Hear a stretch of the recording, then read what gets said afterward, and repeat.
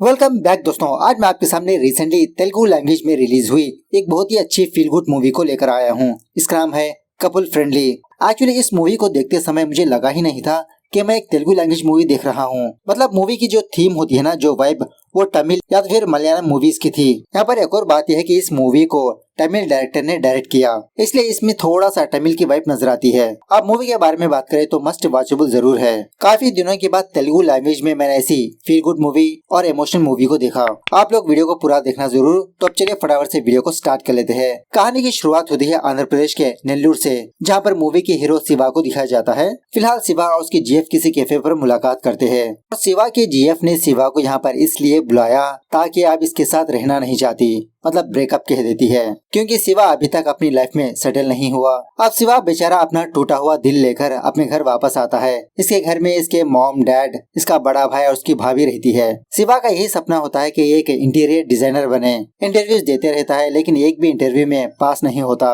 अभी तक इसको जॉब ही नहीं मिली होती, जिसकी वजह से शिवा का फादर शिवा को हमेशा डांटते रहता है। अब अपने बाप की बातों से तंग आकर शिवा अपने घर को छोड़ देता है, मतलब चेन्नई चला जाता है वहाँ पर अपनी किस्मत आजमाने के लिए। इसी चेन्नई में मूवी की हीरोइन मित्रा को दिखाया जाता है। मित्रा और कुछ लड़कियाँ एक ही रूम में रहते हैं। मित्रा का गांव होता है चित्तूर। सॉफ्टवेयर जॉब हासिल करने के लिए मित्रा यहाँ पर आई होती है। दूसरी तरफ वो शिवा एक छोटे से घर में एज एक किराएदार की तरह रहता है। अब पहले से इसका दिल टूट चुका होता है, बेचारा देवदास बनकर फिरता रहता है। अब शहर में अपना खर्चा उठाने के लिए शिवा रैपिडो करता रहता है और बाकी टाइम पर कुछ इंटरव्यूज पर जाता आता रहता है। हर सुबह होने के बाद जब शिवा अपना फोन चेक करने लगता है तो इसका घर का ओनर इसको वॉइस मैसेज सेंड कर चुका होता है। अभी तक इसने किराया पे नहीं किया। जब इसका अकाउंट बैलेंस चेक करता है तो सिर्फ 13 रुपए होते हैं, लेकिन फिर भी ये बंदा एक डेटिंग ऐप ओपन करके सारी लड़कियों को लाइक भेज देता है। मतलब इस तरह से शिवा की रूटीन लाइफ चलती है।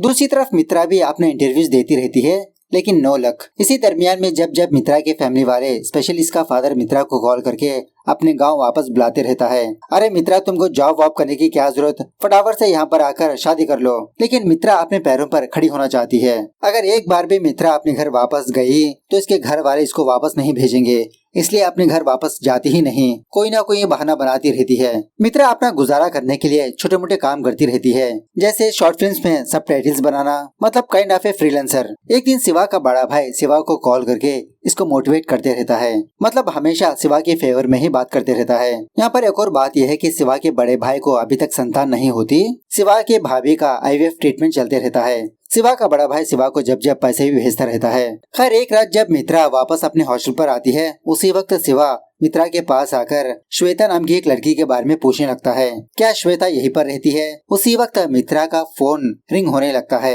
तेलुगु गाना सुनकर शिवा यही बात पूछने लगता है, क्या आप तेलुगु वाले हो? मित्रा कहने लगती है हाँ। शिवा कहने लगता है कि एक्चुअली श्वेता नाम की एक लड़की ने मेरा राइड बुक किया, उसने पैसे मुझे पे किया लेकिन मेरे अकाउंट में क्रेडिट नहीं हुए, प्लीज आप उस लड़की को थोड़ा इन्फॉर्म कर दीजिए। तो मित्रा उसी तरह से श्वेता के पास आकर यही बात कहने लगती है कि तुमने जिस राइड को बुक किया उसके अकाउंट में अभी तक पैसे क्रेडिट नहीं हुए। श्वेता कहने लगती है मेरे अकाउंट से तो डेबिट हो गए, प्लीज जाकर बता दो ना। मित्रा कहने लगती है कि तुम ही जाकर बोल दो, लेकिन वो श्वेता इस चीज को इग्नोर कर देती है। अब बहुत देर वेट करने के बाद शिवा भी वापस आ जाता है। हर सुबह होने के बाद मित्रा अपने कपड़े शपड़े पैक करके अपने गाँव जाने का सोचती है। जब राइड को बुक करती है तो एक भी राइड इसको नहीं मिलती। तभी मित्रा को शिवा के बारे में याद आता है, मतलब कल शिवा ने अपना फोन पे नंबर दिया था, उस नंबर को कॉल करके इसको पिक करने के लिए कहती है कि कल रात के भी पैसे मैं आपको पे कर दूंगी, प्लीज मुझे वहाँ तक ड्रॉप कर दो ना, बस स्टॉप तक। लेकिन शिवा आने से मना कर देता है कि मैं कोई पर्सनल टैक्सी ड्राइवर नहीं हूँ। लेकिन बाद में शिवा मित्रा को उसके हॉस्टल से पिक कर लेता है। मित्रा पूछने लगती है कि आपने तो आने से मना कर दिया था। शिवा कहने लगता है एक्चुअली मुझे भी थोड़ा खर्चों के लिए पैसे चाहिए और वैसे भी आज मैं फ्री ही हूँ। और रास्ते के दरमियान में ये दोनों अपने अपने बारे में एक दूसरे से शेयर करने लगते हैं, मतलब इन दोनों का नाम, गाँव, प्रोफेशन एक्सेट्रा। शिवा पूछने लगता है कि आपके घर में कोई फंक्शन है जो आप गांव वापस जा रहे हो? मित्रा कहने लगती है ऐसा कुछ नहीं, मैंने एक इंटरव्यू दिया, अभी तक उसका कॉल लेटर नहीं आया, तो थोड़ा ब्रेक लेने के लिए वापस गांव जा रही हूँ। शिवा भी अपने बारे में बताने लगता है कि खुद का ओन प्रोजेक्ट करना चाहता है इंटीरियर डिजाइनिंग में, उसी कोशिश में लगा है। मित्रा कहने लगती है कि मैंने आपको कहीं पर देखा हुआ लगता है। शिवा कहने लगता है अरे बाइक चलाता हूँ मैं, देखा हुआ किसी रास्ते पर। थोड़ी देर के बाद शिवा मित्रा को बस स्टॉप पर ड्रॉप करने पर मित्रा इसको पे करती है। जब शिवा वापस जा रहा होता है तो मित्रा दोबारा शिवा को कॉल करके वापस बुलाती है। शिवा मित्रा के पास आकर पूछने लगता है कि क्या हुआ? मित्रा कहने लगती है कुछ नहीं, आप मुझे हॉस्टल पर ड्रॉप कर दो, पैसे मैं पे कर दूंगी। तो शिवा उसी तरह से मित्रा को उसके हॉस्टल के पास ड्रॉप कर देता है। थोड़ी देर के बाद दोबारा मित्रा शिवा को कॉल करके अपने पास बुलाती है। जब शिवा मित्रा के पास जाता है तो मित्रा शिवा से कहने लगती है कि इस हॉस्टल में अब वैकेंसी नहीं है, आप मुझे मेरे फ्रेंड के फ्लैट के पास ड्रॉप कर दो, पैसे मैं पे कर दूंगी। जब मित्रा अपने फ्रेंड के फ्लैट पर जाती है तो फ्लैट में कोई और बंदा होता है और दिखने में ये थोड़ा एज बार बंदा होता है। ये बंदा और कोई नहीं, मित्रा की फ्रेंड का बीएफ होता है। जब मित्रा अपनी फ्रेंड को कॉल करती है तो उसकी फ्रेंड कहने लगती है कि आज रात ये फ्लैट पर नहीं आ सकती, थोड़ी क्लाइंट की मीटिंग है, अगर तुम चाहो तो मेरे फ्लैट में रह सकती हो। लेकिन मित्रा मना करने लगती है कि मैं कोई हॉस्टल ढूंढ लूंगी। इस तरह से जब फ्लैट से बाहर आती है तो शिवा वहीं पर मौजूद होता है। कहने लगता है कि मुझे पता था आप जरूर वापस आओगी। मित्रा कहने लगती है कि रुके हो तो अब किसी हॉस्टल के पास ले चलो, दूसरा हॉस्टल ढूंढना पड़ेगा मुझे। इस तरह से ये दोनों काफी सारे हॉस्टल्स और पीजी पर जाकर पूछताछ करते रहते हैं, लेकिन कहीं पर भी मित्रा को रूम नहीं मिलती, क्योंकि मित्रा को अभी के अभी एक हॉस्टल चाहिए। अब इस सर्चिंग के दरमियान में शिवा जो भी खाता पीता मित्रा ही पे करती रहती है। अब थोड़ी देर के बाद मित्रा की माँ मित्रा को फोन करके यही बात पूछने लगती है कि कहाँ तक आई हो। मित्रा यही बात कहने लगती है कि माँ सडनली मुझे एक कंपनी से कॉल लेटर आया तो मैं गांव अभी नहीं वापस आ रही। बात यह है कि मित्रा की फैमिली वालों ने मित्रा के लिए एक लड़का दिखा होता है, उनकी फैमिली वाले मित्रा के घर पर आने वाले होते हैं, इसीलिए मित्रा को बुलाया, लेकिन मित्रा जाती नहीं। मित्रा अभी शादी नहीं करना चाहती, इसीलिए इधर उधर के बहाने बनाती रहती है। अब फाइनली रात हो जाती है, इन दोनों को एक भी हॉस्टल नहीं मिलता। अब तभी शिवा के दिमाग में एक आइडिया आता है। मित्रा से कहने लगता है कि आप मेरे रूम पर चलोगी। पहले तो मित्रा इसको गलत समझने लगती है, लेकिन शिवा मित्रा को समझाने लगता है कि एक्चुअली मैं एक पेंट हाउस में रहता हूँ, अगर आप वहाँ पर आ जाओगी तो हम दोनों शेयरिंग कर लेंगे। मैं ज्यादातर बाहर ही रहता हूँ, बस रात के वक्त छत पर जाकर सो जाता हूँ, बाकी टाइम सारा पेंट हाउस आपका। पहले तो मित्रा मना करने लगती है, कहने लगती है हाँ अब मुझे याद आया कि मैंने तुमको एक हॉस्पिटल में देखा था एक लड़की के साथ, किसी लड़की का आईवीएफ ट्रीटमेंट करवा रहे थे ना तुम, पता नहीं कितनी लड़कियों की जिंदगी बर्बाद कर दी तुमने। शिवा कहने लगता है कि मैं खुद की जिंदगी बर्बाद करके बैठा हूँ, हॉस्पिटल में जिस लड़की को देखा वो मेरी भाभी थी। रिक्वेस्ट करने लगता है कि 2 महीनों से मैंने रेंट पे नहीं किया, आपको कुछ भी डिस्टर्बेंस नहीं होगा। उसके बाद सीन केरला पर शिफ्ट होता है, जहाँ पर यही शिवा और मित्रा ये दोनों मिलकर एक होटल रूम पर आते हैं स्टे करने के लिए। मूवी के दरमियान में इस केरला के कुछ सीन्स को दिखाया जाता है, मैं इस चीज को इग्नोर करूंगा, हम बाद में देखेंगे। दोबारा फ्लैशबैक में शिवा मित्रा को लेकर अपने उस पेंट हाउस पर आता है। ये घर तो मित्रा को बहुत ही अच्छा लगता है। शिवा फटाफट से अपना बोरिया बिस्तर लेकर छत पर चला जाता है सोने के लिए। शिवा बाहर जाने के बाद मित्रा उस घर को अच्छे से तलाश करने लगती है कि कहीं कोई यहाँ पर हिडन कैमरा तो नहीं। सो बाद में ये दोनों एक ही रूम में रहने लगते हैं और इसी तरह मित्रा को जहाँ पर भी जाना होता शिवा को ही बोलती, यही बात कहने लगती है कि मैं आपको पे कर दूंगी। कभी कभार शिवा पैसे भी नहीं लेता।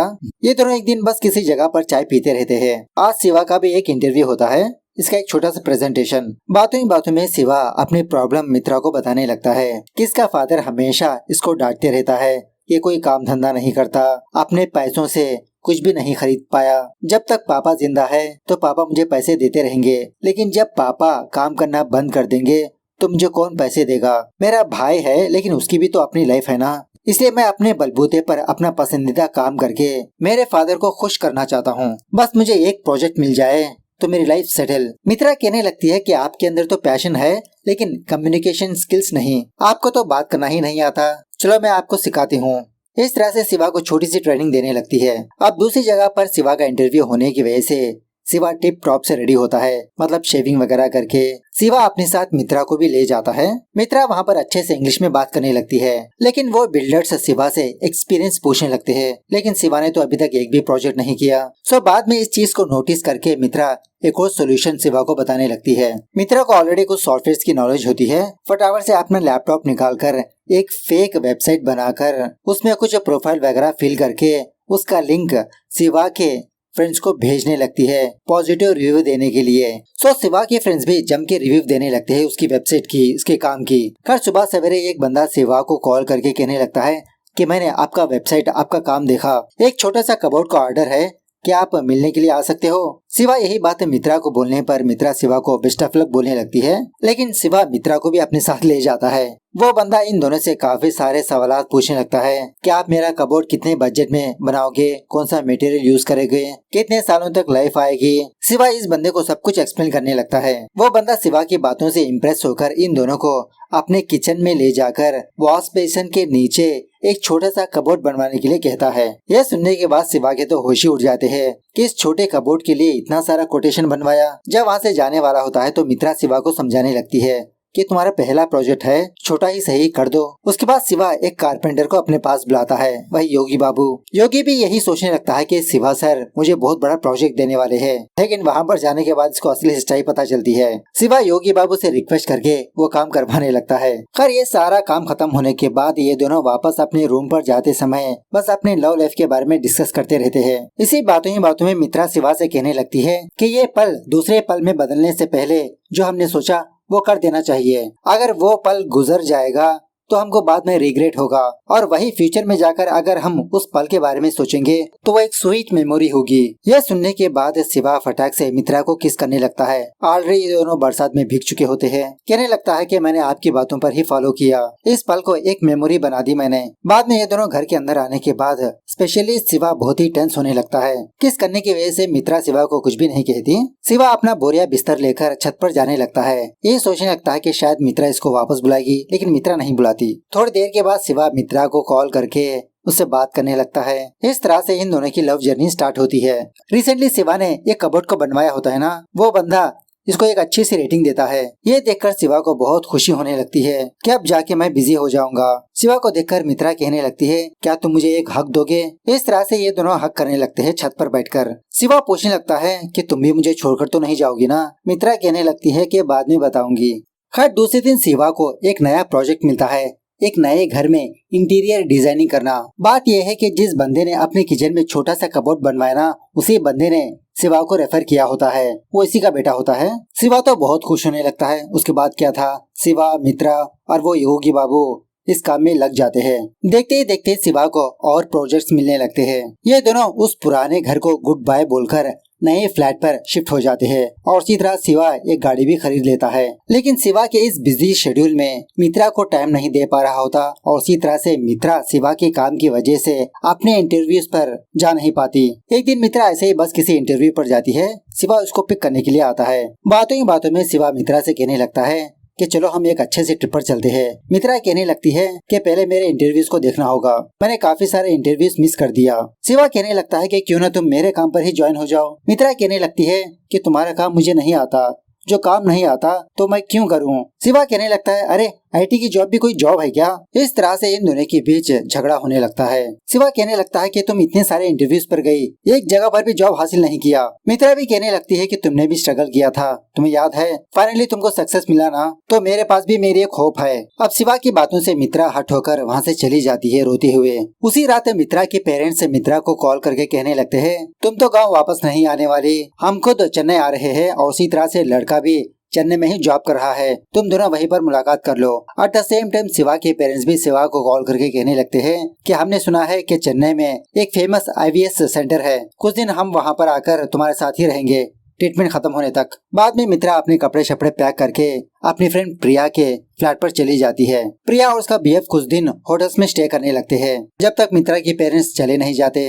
दूसरे दिन मित्रा के पेरेंट्स चेन्नई पर आकर मित्रा से उस लड़के को मिलवाते हैं। उस लड़के से मिलने के बाद मित्रा के पेरेंट्स को वो लड़का पसंद आ जाता है। दूसरी तरफ शिवा के घर वाले चेन्नई पर आकर हॉस्पिटल पर जाने लगते हैं। डॉक्टर शिवा की फैमिली वालों से कहने लगती है कि आईवीएफ ट्रीटमेंट में कुछ प्रॉब्लम्स आ रही है, अगर ज्यादा फोर्स किया जाएगा तो शिवा की भाभी को प्रॉब्लम हो सकती है। उसी रात मित्रा के पेरेंट्स वापस जाते हुए मित्रा से कहने लगते हैं कि तुम फटाफट से यहाँ के काम निपटाकर वापस गांव आ जाओ, शादी का डेट भी तो फिक्स करवाना है, लड़के वाले भी आएंगे। दूसरी तरफ शिवा का बड़ा भाई शिवा से उसके भाभी के बारे में कुछ बातें बताने लगता है। ये ट्रीटमेंट वगैरह के चक्कर में तुम्हारी भाभी बहुत ही वीक हो चुकी है, मेंटली और फिजिकली। मैं नहीं चाहता कि मैं उसको और प्रेशर करूं। अरे वो दूसरे घर से हमारे घर पर आई है, हमारे ऊपर भरोसा करके, उसकी जिम्मेदारी हमारी हाथों में है। मैंने सोच लिया कि आगे जाकर हम कोई बच्चा गोद ले लेंगे। अपने भाई की बातें सुनने के बाद शिवा को मित्रा ही याद आती है।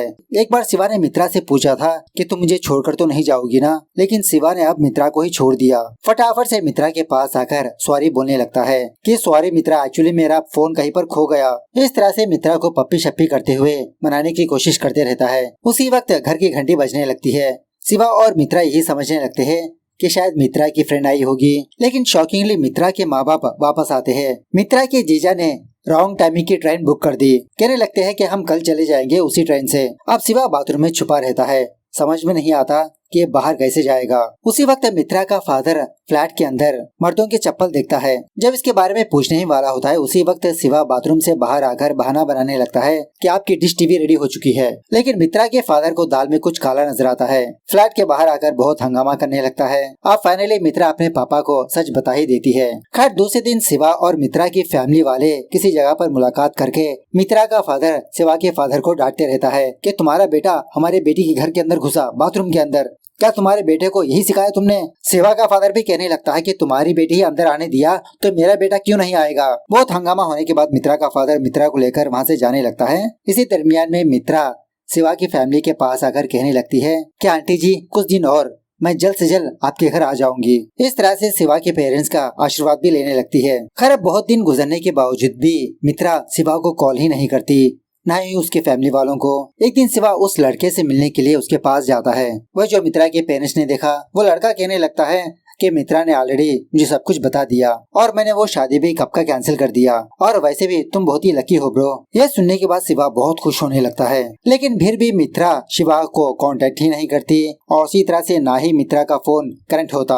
काफी तरह से ट्राई करता है लेकिन नो यूज। फाइनली शिवा मित्रा का घर का एड्रेस पता करके उसके गाँव जाने लगता है। जब बस में होता है तो किसी के साइड से कॉल आने लगता है इसको। तो फटाफट से शिवा जब हॉस्पिटल पर जाता है तो उस हॉस्पिटल में मित्रा के पेरेंट्स होते हैं। मित्रा की माँ शिवा को जो हुआ वो बताने लगती है। एक्चुअली मित्रा का फादर मित्रा को लेकर वापस अपने गांव पर आने के बाद बाप बेटे के बीच बहुत झगड़ा होने लगा।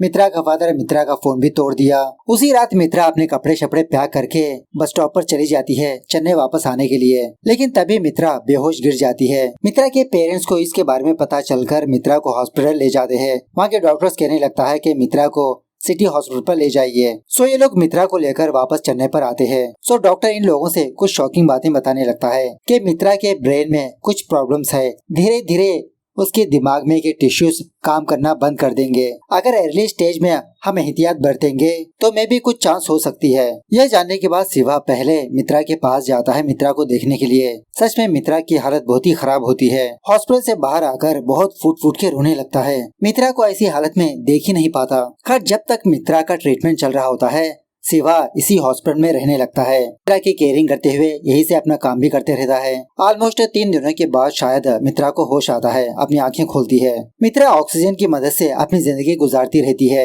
एक दिन मित्रा शिवा को हक पूछने पर शिवा उसको हक देने लगता है। दूसरे दिन शॉकिंगली मित्रा मिसिंग हो जाती है। मित्रा की फैमिली वाले शिवा की फैमिली वाले हर जगह पर ढूंढने लगते हैं लेकिन कहीं पर भी नजर नहीं आती। जब सीसीटीवी फुटेज देखते हैं तो इनको ये बात पता चलती है कि शिवा मित्रा को लेकर कहीं पर चला गया। यह देखकर मित्रा का फादर दोबारा शिवा के फादर को बहुत डांटने लगता है कि देखो तुम्हारे बेटे ने क्या किया। मित्रा की बड़ी बहन अपने फादर को उल्टा जवाब देने लगती है कि शायद मित्रा अपनी मर्जी से गई होगी, आप ऐसे दूसरों पर चिल्लाइए मत। सीन प्रेजेंट डे पर शिफ्ट होता है। शिवा ने एक दिन मित्रा से कहा था ना कि हम दोनों ट्रिप पर चले, इसीलिए शिवा और मित्रा केरला पर आते हैं घूमने के लिए। और उसी तरह ये दोनों अपने फोन्स भी स्विच ऑफ कर चुके होते हैं ताकि कोई भी इन दोनों को डिस्टर्ब ना करे। ये दोनों अच्छे से केरला को घूमने लगते हैं। शायद मित्रा के पास जो ये पल है वो कल ना हो। सच में ये मोमेंट्स बहुत ही बेहतरीन तरीके से दिखाया गया है। मित्रा की बातें, उन दोनों के बीच केमिस्ट्री। एक दिन जब ये दोनों किसी जगह पर शॉपिंग कर रहे होते हैं तो अचानक से मित्रा मिस हो जाती है, नजर ही नहीं आती। काफी जगहों पर ढूंढने लगता है मित्रा को, ऊपर से नया शहर। फाइनली मित्रा शिवा को नजर आ ही जाती है। मित्रा कहने लगती है कि मुझे ये गलियां समझ में ही नहीं आ रही, मैं किस रास्ते से आई। दूसरे दिन ये दोनों अपने घर वालों को भी यहाँ पर बुला लेते हैं। मित्रा का फादर मित्रा को देखकर कुछ नहीं कहता। मित्रा चुपचाप अपने रूम पर चली जाती है। शिवा भी मित्रा के पास आकर पूछने लगता है कि क्या हुआ। उसी वक्त शिवा को ये बात पता चलती है कि मित्रा ने सुसु कर दिया। फटाफट से मित्रा की साफ सफाई करके उसको सुला देता है। बाद में शिवा अपने भाई से कहने लगता है कि मित्रा की बॉडी में क्या हो रहा है ये खुद उसको नहीं पता चल रहा, पता नहीं आगे जाकर क्या होगा। उसी वक्त मित्रा का फादर शिवा के पास आकर इसको हक करने लगता है कि मुझे माफ कर दो, मैंने तुमको गलत समझा। उसके बाद सीन कुछ महीनों के बाद शिफ्ट होता है जहाँ पर मित्रा का ऑपरेशन हो चुका होता है। लेकिन शॉकिंगली मित्रा किसी को भी पहचान नहीं पाती, इवन अपने माँ बाप को भी। यह जानने के बाद शिवा और बहुत रोने लगता है और कुछ हफ्तों के बाद मित्रा इस दुनिया से चली जाती है। जब शिवा और मित्रा ट्रिप पर गए थे उस वक्त मित्रा एक छोटी सी डायरी लिखा करती थी। वो डायरी शिवा को दे देती है ऑलरेडी। मित्रा लिखती है कि शिवा मेरे जाने के बाद तुम दोबारा दाढ़ी वाड़ी बनाकर पहले जैसे मत रहो, तुम अपनी नॉर्मल की लाइफ जीते रहो। अच्छा ही होगा कि मैं इस दुनिया से चले जाऊं, क्योंकि मेरे अंदर बहुत ही तकलीफ थी, लेकिन उस तकलीफ में भी तुम्हारी यादें मेरा सहारा बनी, मुझे सुकून पहुंचाया। तुम अपनी लाइफ अच्छे से गुजारो। इस तरह से ये मूवी यहाँ पर दी एंड होती है। सो मूवी कैसे लगी कमेंट करके बताना जरूर। मिलते हैं अगली वीडियो में, तब तक take care, bye bye, see you soon.